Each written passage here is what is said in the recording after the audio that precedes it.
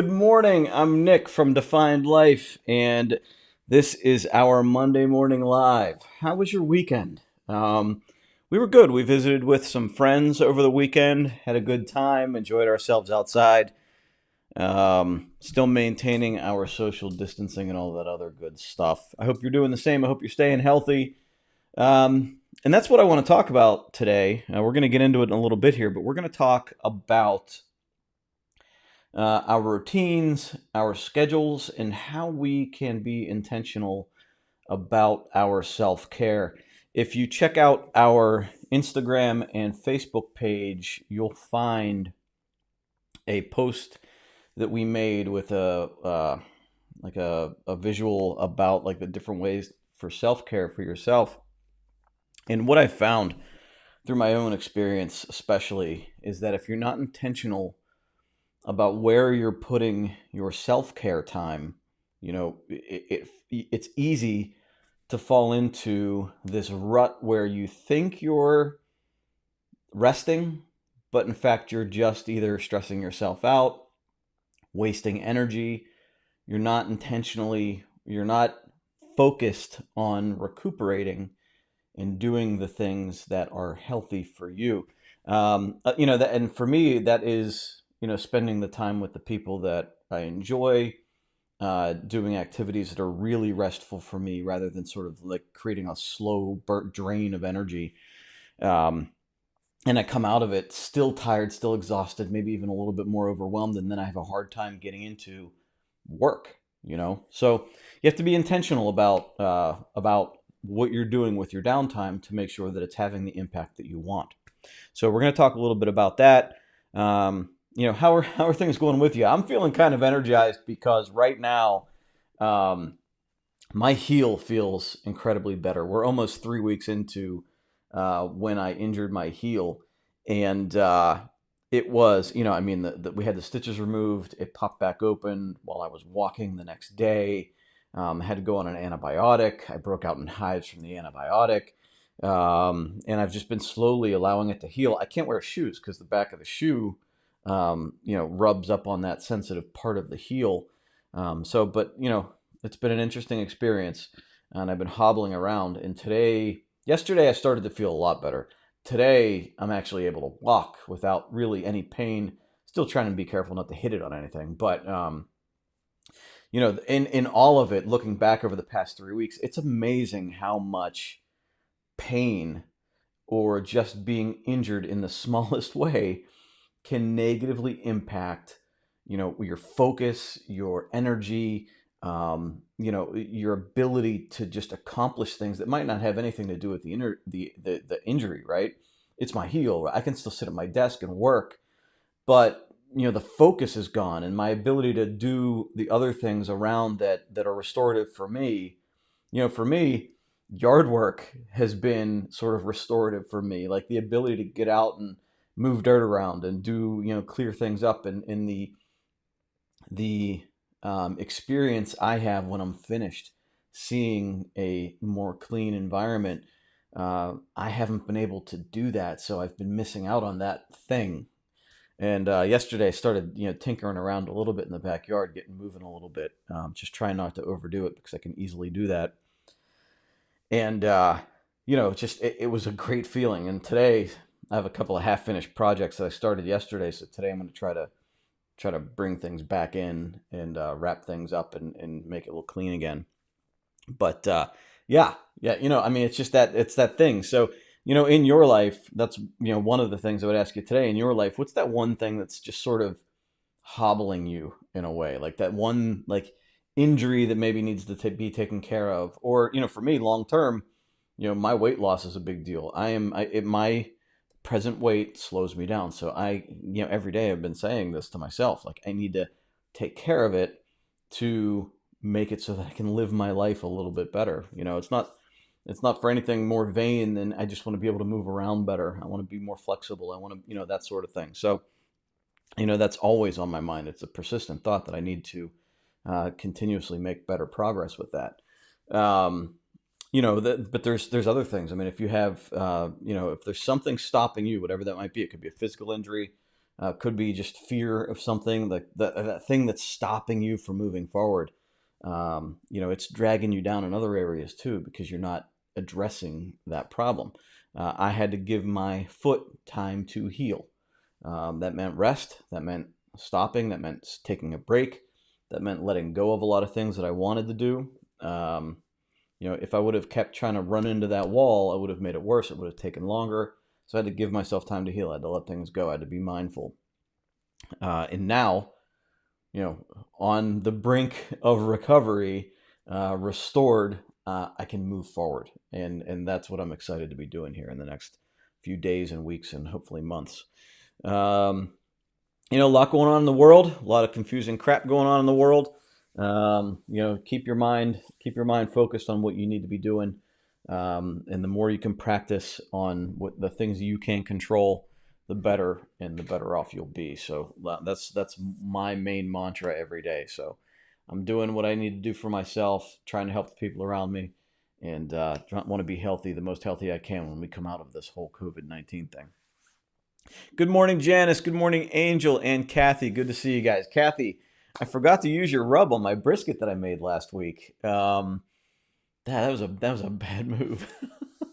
But in the end, what I ended up doing, I had a Texas rub that I had just a little bit left over. So I had this cathartic feeling of getting rid of one container. It was a big round container that I got rid of in my spice rack. So that actually felt really good.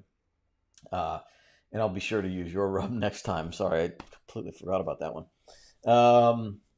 But the brisket came out well. It didn't take as long to cook as I thought it might. And it shrunk a lot. It went from like 20 pounds to it looks like about half the size that it should have been. But it came out really well. So everybody enjoyed it. It was kind of nice. Overall, we had a pretty good weekend. We got a lot of rain this weekend, but wasn't bad because we've needed it. The grass started to burn out, and I was trying to water it a little bit last week, and it's recovering pretty well right now. Now I know next time, Kathy, I will get it next time. Yeah, I was like, duh. Of course I should have used it, right? I don't know. I just, connecting. It's one thing I've noticed about myself is sometimes I'm compartmentalizing thoughts. And so, like, I associated your rub with pork and not beef. And, like, so that wasn't even a thought in my mind. I don't know. All right, so let's take a look at our Do One Thing Every Day That Centers You book.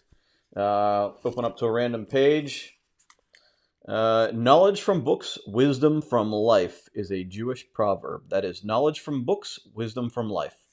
So it's pretty cool. And so the prompts then for 2 days now would be knowledge I learned from books today. So that requires that you have read a book today. So there you go. By doing this habit every day, it's your keystone habit to then prompt you to read. I love it. And then the wisdom I learned from life today. And this can be a lot. We learn the most from pain, I think. And we learn the most from making mistakes.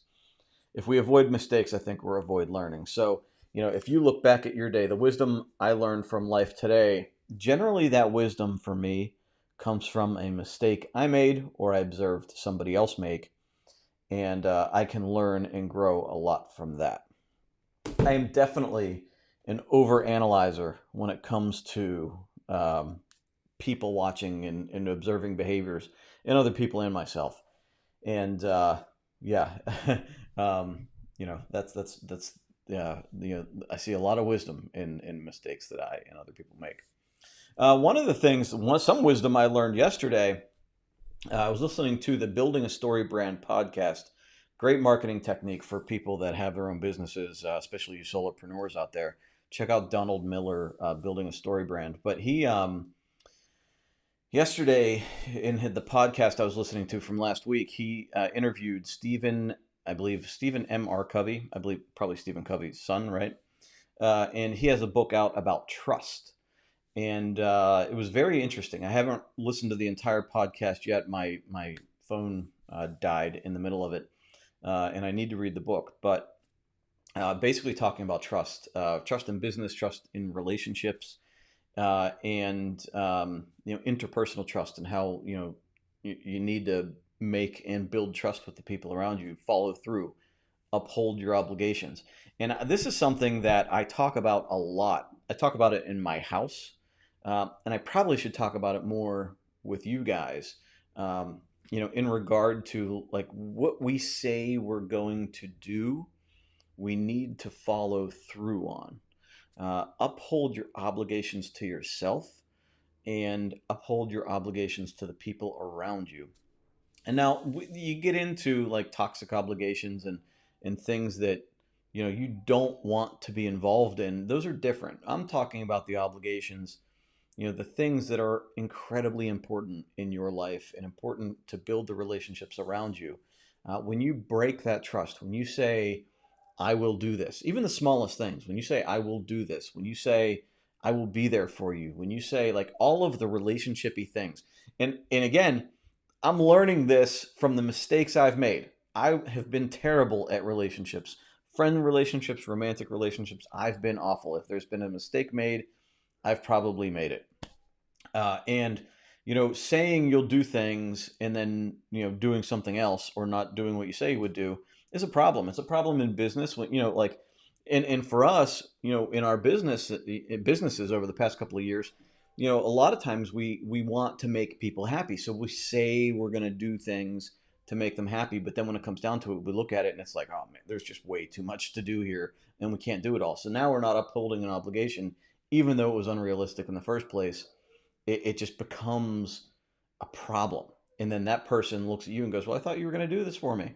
Well, no, I can't. Well, wait a minute. You agreed you would, so it turns into this whole thing. And a lot of times it's not even verbalized. A lot of times it's, this feeling that somebody gets, like that they can't rely on you or they can't trust you to be there or to do what you say you're going to do. And it might never be spoken. Like there are little just nuances in the way people speak. Sometimes it just doesn't sound trustworthy. In fact, one of the first things that he says in this book, Stephen Covey, is to speak with candor, speak directly with candor. Don't mince words. And that's something I pick up on a lot with people is when people get very like nuanced in the way they speak. If they get, if I feel like they're dancing around something, alarm bells start going off. And I was talking about it with Lynn yesterday. I think it happens because I was so skilled at avoiding responsibility by speaking that way. In my past, I didn't do what I said what I was going to do. I didn't uphold my obligations. And so I was able to say, oh, I meant to, or I will, or and now because I'm so aware of that, I am skilled at picking it up on other people and I react to it pretty like, I react to it like deep inside. Like I see people saying, oh, well, you're passing the buck. Oh, that like just, I have this visceral reaction when I see it happening. I think because I know, like I've done it myself, so I know like the thought processes that go into that line of thinking. So yeah, so very interesting podcast, very interesting book. I believe I'm gonna have to. I think it's The Speed of Trust is the name of the book. But it's just it's an important topic, business and personal life. Absolutely something that's very important for all of us. All right, so as far as self care, we're coming off the Sunday. We had a hashtag post, hashtag self care Sunday, and got a big response from it on Instagram. And I think it's something that's maybe coming around now. People are a little bit more aware of it, of how caught up we were in life. We just wanted to be productive and get things done, and then when we would be away from work or having break time, we would just immediately go here and start doing this, right? Start just looking at distractions. And I am of the firm belief that distractions are our absolute enemy. Distractions are what sap away our energy, destroy our ability to get to our goals. And that is on the work side of things and on the play side of things. On the work side of things, Distractions stop you from getting things done. Distractions are to-do list items. They're busy work. They're phone calls. They're emails. They're gossip around the water cooler. And a lot of times now, because we can define how we make up our work if we're working from home, now we have the ability to shut off a lot of those distractions and not get caught up in a culture of like answering your phone immediately, or sitting by the water cooler trying to make somebody feel good because they want to gossip a little bit. Now we have the ability to control a little bit more of our day. But on the relaxation side, um, you know, we can be distracted from properly regenerating our energy too, right? And so self care for a lot of us is intentionally taking a nap. Not taking like a nap that you just accidentally took a cat nap, fell asleep for 5 minutes, but like setting up yourself to take a nap for a half an hour and go upstairs and sleep in a dark room, quiet, cool, maybe some noise in the background, just to take a good, refreshing nap rather than maybe like nodding off like this a couple times through the day, right? Reading, can be refreshing. Sitting out, laying outside in the sun can be refreshing. Activities with other people, hiking, playing games, like all of that can be refreshing. And where I clearly see this in myself is that like I think that watching TV all day would be refreshing. Like, wouldn't it be so nice to just sit in front of the TV and watch TV all day, binge watch? And as I've tried to do that, I've felt myself feel awful afterward and just regretful of that waste of time. But look, that might be good for you, but for me, I observe it in myself that it's not effective. It has the opposite impact on me. I can watch maybe an hour of TV. I can play Fortnite with my kid for half an hour or an hour. But after a while, it starts to feel just a little bit too much. And it actually has the wrong impact on me. So observing every day, observing what you do that gives you energy and what you do that saps energy away. And I know for me, like I can, if I read the news or watch the news for 15 minutes, I feel like I'm in the know. I feel like, I know I'm aware of what's going on. I'm a little bit more educated. But if I let the TV stay on for an hour or two, it starts to do the opposite. It starts to bring me down, right? It starts to create this issue in me that creates a bad mindset that I'm aware of. So now I have to place limits on myself. Like I can check in during lunch for a 15-minute news break, fine. I can wake up, do a couple things in my morning routine, open up my iPad and read the top stories for 15 minutes, fine. I can't let it go too far. Too much becomes onerous and becomes like a negative in my mindset. So you want to make sure that the thing you're doing is creating that positive effect for you. It is self-care and not just your way of avoiding or checking out or anything like that. And it's important to build these times into your schedule so you feel refreshed and you can get back to what you want to do. Like the way I feel today about getting to work, like I am excited to get back to work and getting into work today, after recuperating yesterday and resting and doing the things that I should have done for myself, even though sometimes it's work, like sometimes it's yard work, but I know I get a good refreshing feel from it. Now today, I jump out of bed and I am ready to hit my day. I'm fresh, I'm motivated, I'm clear thinking, and I am moving forward toward my goals with intention.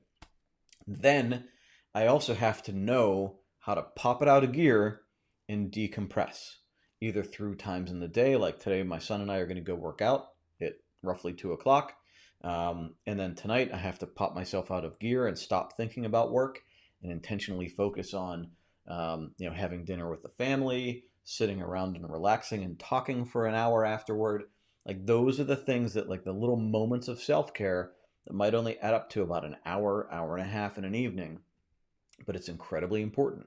It's incredibly important for me to build those relationships, to do the things that are important to me, but then to also feel like I stopped thinking about work for a while. I stopped thinking about all the stressors that are happening in the world, and I intentionally focused on the restorative things that I need to be doing. Now, with Define My Day, we talk about this a lot because it comes into the ideal day for us. It's that day that we try to define for ourselves that, like that routine that we want to follow as closely as possible through the day. And we want to be as conscious as possible about, like taking advantage of the energy we have at certain points in the day.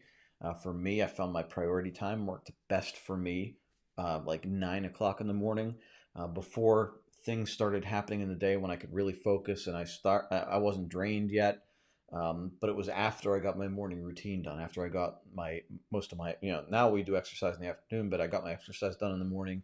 I read, meditate in the morning, do my define my day in the morning, eat a little bit of a breakfast, all that stuff that happens before I get into priority time, uh, and working all of the other stuff in there. So we talk about habit stacks, we talk about routines. So all of this stuff we're going to talk about this week in this week's series of videos, about the ideal day. We've also done some other videos on the ideal day, through on YouTube in the past. So check that out. But there's videos we've done on time blocking, which I think is incredibly important. The main goal in doing the ideal day, like that practice, is to build habit stacks at the points in time we just need to have good, solid, efficient routine, where we need to do the healthy things as efficiently as possible. And then we block off focus time to do the things that are most important for us. And then we also relegate the obligations, the low level tasks, the to do list items, the kind of things you do when you don't need a whole lot of willpower and mental focus. We offload those into times of the day when, it's really like, if it gets done, great. If it doesn't get done, it won't be the end of the world. But I'm also not using my most important resource, which is my mental ability and my focus. I'm not using that on things that are like lower level. So looking at our days and trying to decide, like right now, like I know my best time is between 9 and 12 in the morning. So that's when I need to focus on the things that make me think and that drain my power, my mindset, my ability to focus. Um, and then I restore myself a little bit with lunch and exercise, and then I get back to doing the things that are just sort of to-do listy, that don't require a lot of mental ability, and even if it does require some, if it doesn't get done on time, or if it doesn't get done perfectly, not a big deal, right? I like my one I always go to is dishwashing. I hate dishwashing.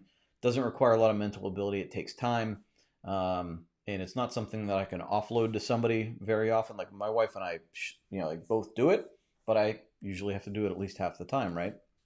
And so that's when, like, I don't want to do it now, because if I did it now, I'd be wasting all of my precious energy, focus, willpower, right?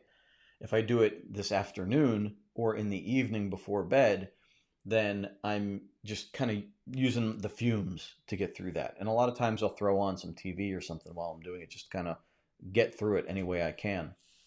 But you don't want to be doing the dishes in your prime focus time. You don't want to be doing anything low level, low priority when you have your highest amount of energy. It might seem counterintuitive. A lot of people say, well, I need to clean the house, when I have the most energy. And maybe you do if it's a priority. But if it's not your priority to move you forward, that's not when you want to do it. You just want to kind of get through it. You want to spend your time moving forward to like do that priority thing for you when you have the most energy. So doing all of this when you are doing the ideal day structure is incredibly important in this. So we're going to talk about that this week. We'll give you some videos roughly like 2 to 10 minutes long, just to give you some little bits to get through the ideal day. And if you have any questions, feel free to comment, and we'll get to you on all of that. Not a terribly difficult topic, but one that's very important. So it's only one page in the book, but it's an important topic to talk about, and if you utilize it properly, you can really get through your day. Let's see. Amy says, "Good morning. Made it today and finally started walking again. Good for you. After popping knee out on Mother's Day. Ow. Ow. 5,000 steps in this morning at 92, out at 6:15. Jeez. Trying to get back on track. DMD journal next. Good for you. Good for you. I'm glad you're doing better. Sorry about your knee. Man, I thought my heel was annoying. That's got to be awful. Um, couldn't imagine being laid up, especially since Mother's Day. That's a long time. But I'm glad you're feeling better now. And 92 is that's hot. That's hot. We woke up today. It was a beautiful morning, 65. I was sitting out on the back porch. I needed a sweater or something. I didn't. I was trying to struggle through it. I was looking at the, going back to the, cryotherapy, like trying to, push through feeling cold, mind over matter, that sort of thing. But it was a great morning, nice and refreshing. Nice to not have the air conditioner on. But yeah, 92. Jeez, that is pool weather right there. You need to be in the pool. You need to be in the pool. And wouldn't it be great if like adults could just go through the sprinkler? And we put the sprinkler in my front yard. My kid loves it, and I just like running through the sprinkler is just something like as an adult, like we just don't get to do enough. Not at all. All right, I'm gonna get out of here, get moving on with my day. I hope you all are doing well. Keep up the good work. Keep defining your days. Move forward with intention. Stay healthy. Small steps every day. We'll see you tomorrow with a new video about how to handle your ideal day. Talk to you soon. Bye.